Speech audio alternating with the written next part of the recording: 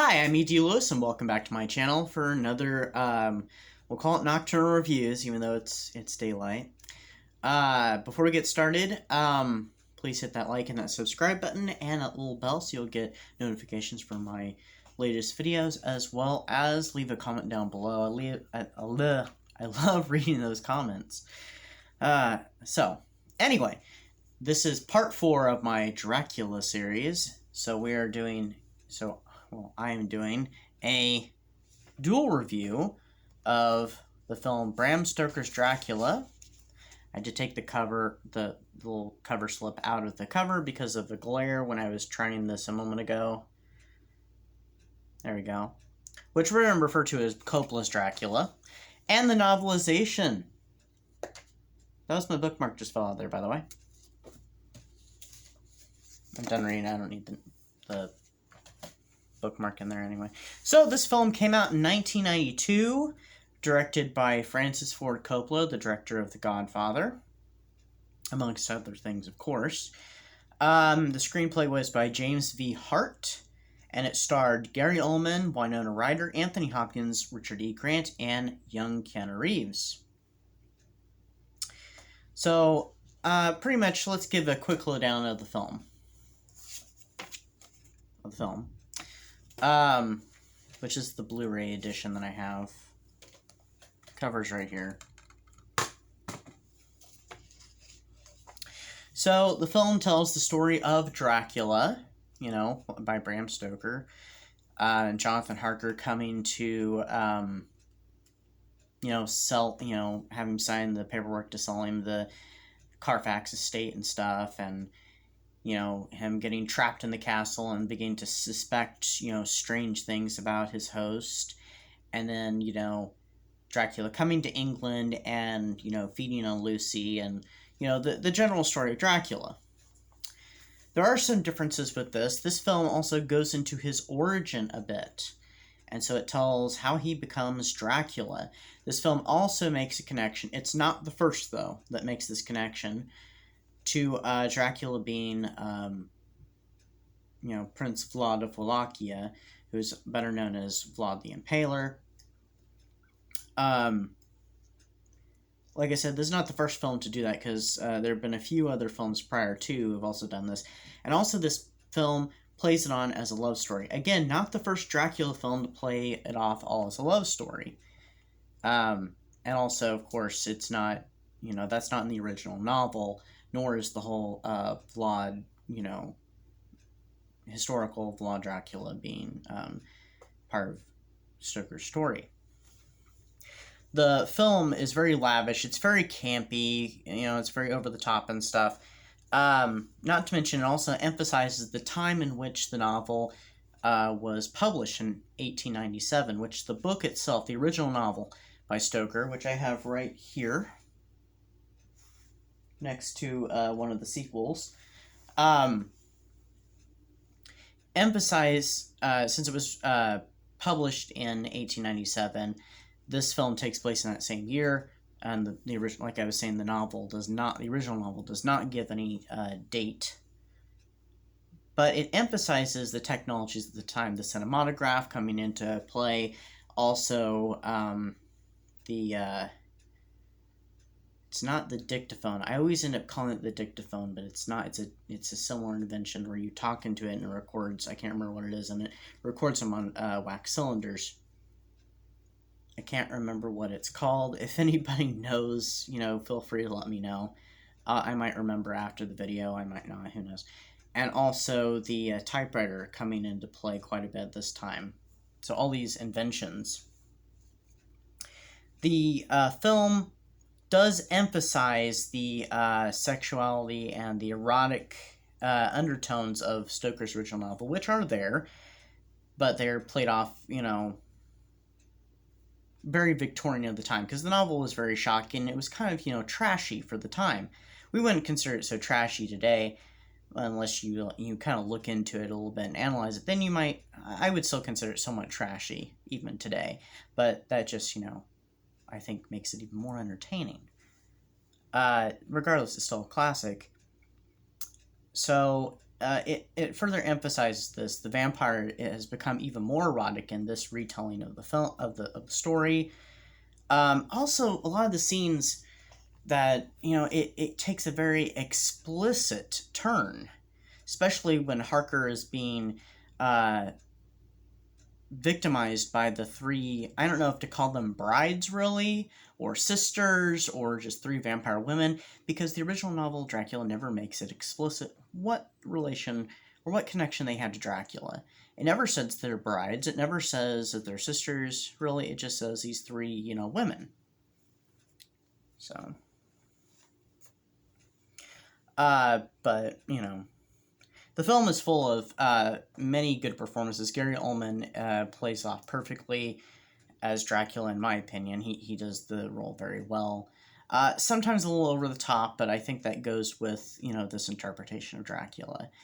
The man who plays Renfield, I don't know what his name is off the top of my head, does an excellent performance, and so does Richard E. Grant playing Dr. Seward.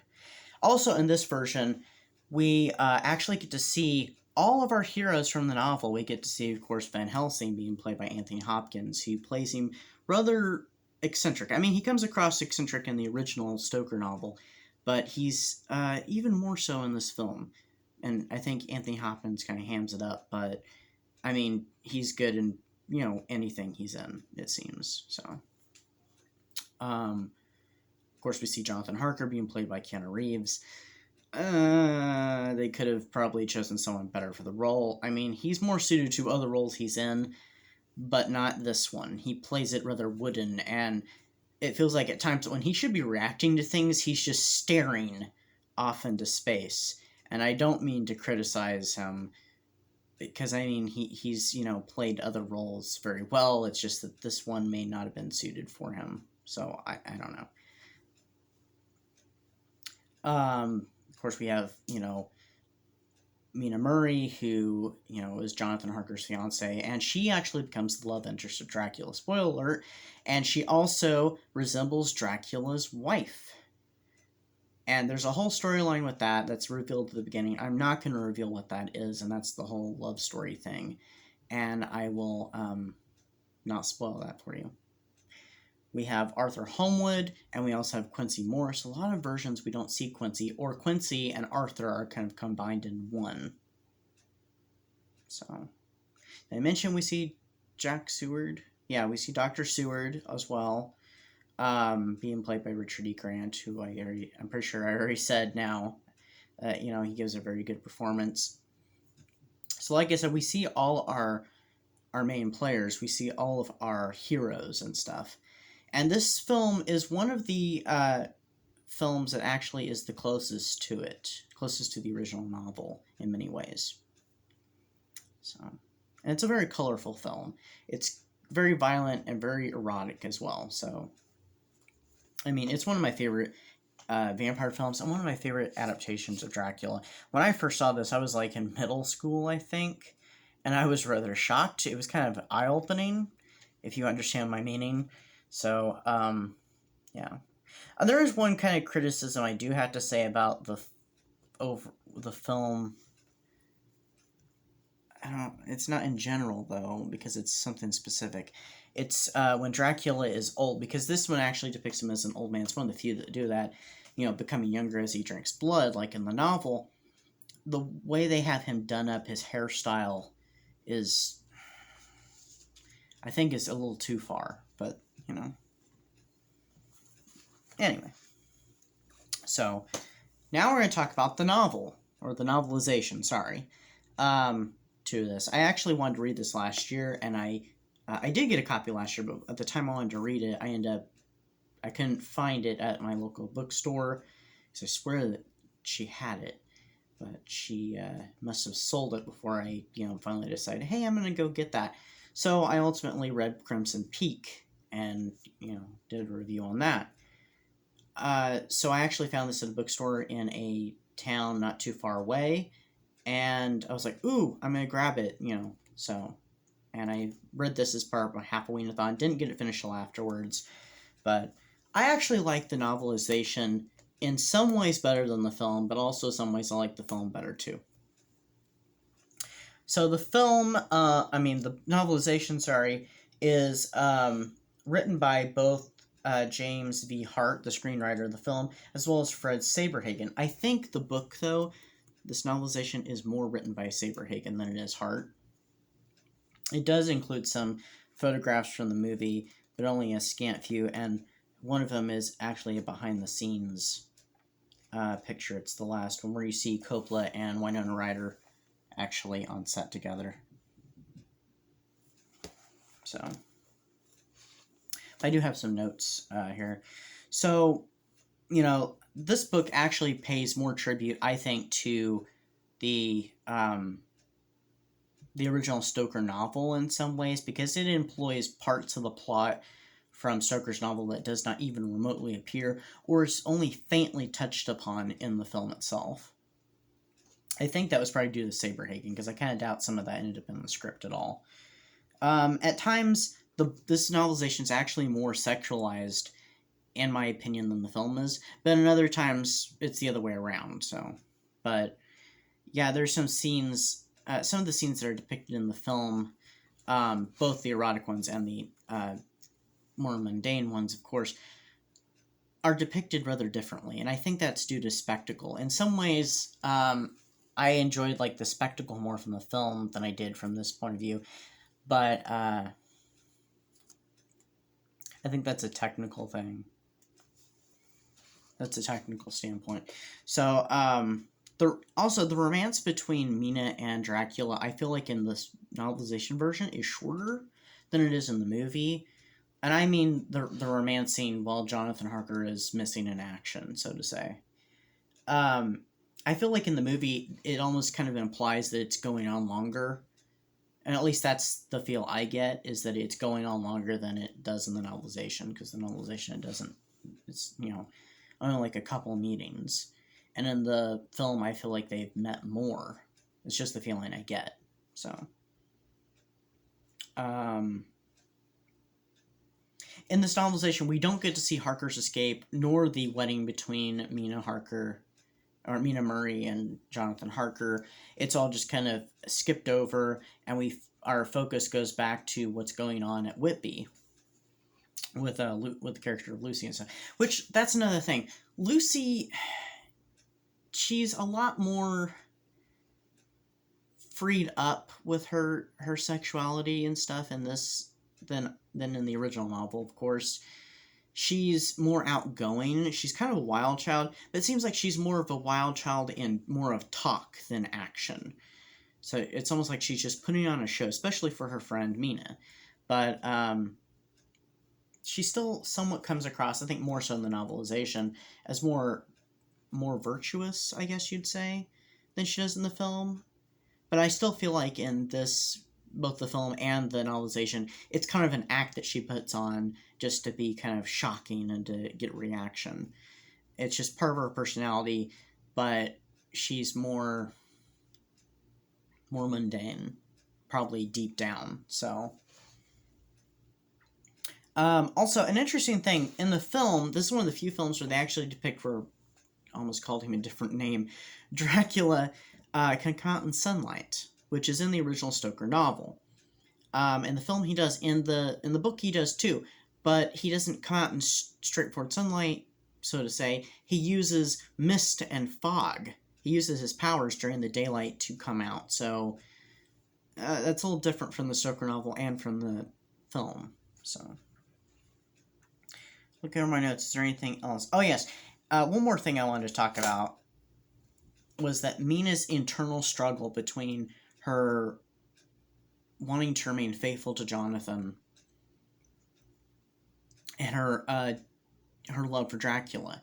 We see more of the struggle in this novelization than we do. Of course, we get to kind of hear about their internal feelings and stuff than we do so in the film. It seemed almost a little bit. It makes sense that it would be there, but at times it seemed like it was somewhat forced. I think it was because the author or authors were trying to incorporate more of Bram Stoker's novel into the novelization. And so it kind of had this tug and pull that was not quite natural. it could have come off more natural, but it just comes off, like I said, kind of forced. So it was kind of a tug of war. The way it was just not her feelings, but the way it was done, the way it's presented in the book, it just comes across as a tug of war to me.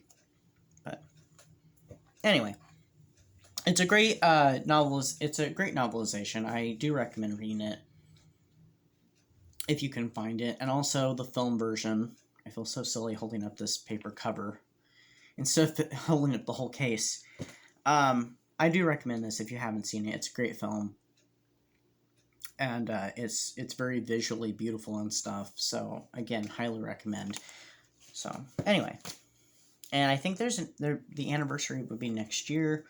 I think it'd be 30 years old. Yeah, it'll be 30 years old next year. So do check it out. And if you're looking for something to watch, closer to Halloween, definitely recommend it. Or if you're just looking for a spooky and romantic film altogether, at any time of your leisure, I highly recommend checking out the Coppola Dracula film. So that's it for this review. I don't have much more to say about it, but without giving away too much. I'll join you back here next time for another Dracula review, which will be probably sometime next month. For the month of June, I have other videos planned as well. Especially since it'll be the 55th anniversary of Dark Shadows, so I'll be doing reviews on Dark Shadows a lot, so there'll be more vampire or vampire-related type stuff next month. So I'll see you back here, and tune in to my next video. I'm not sure what it'll be yet, but I'm pretty sure I'll get one sometime during the week or by next weekend before I start the June videos. So I'll see you then. So bye-bye.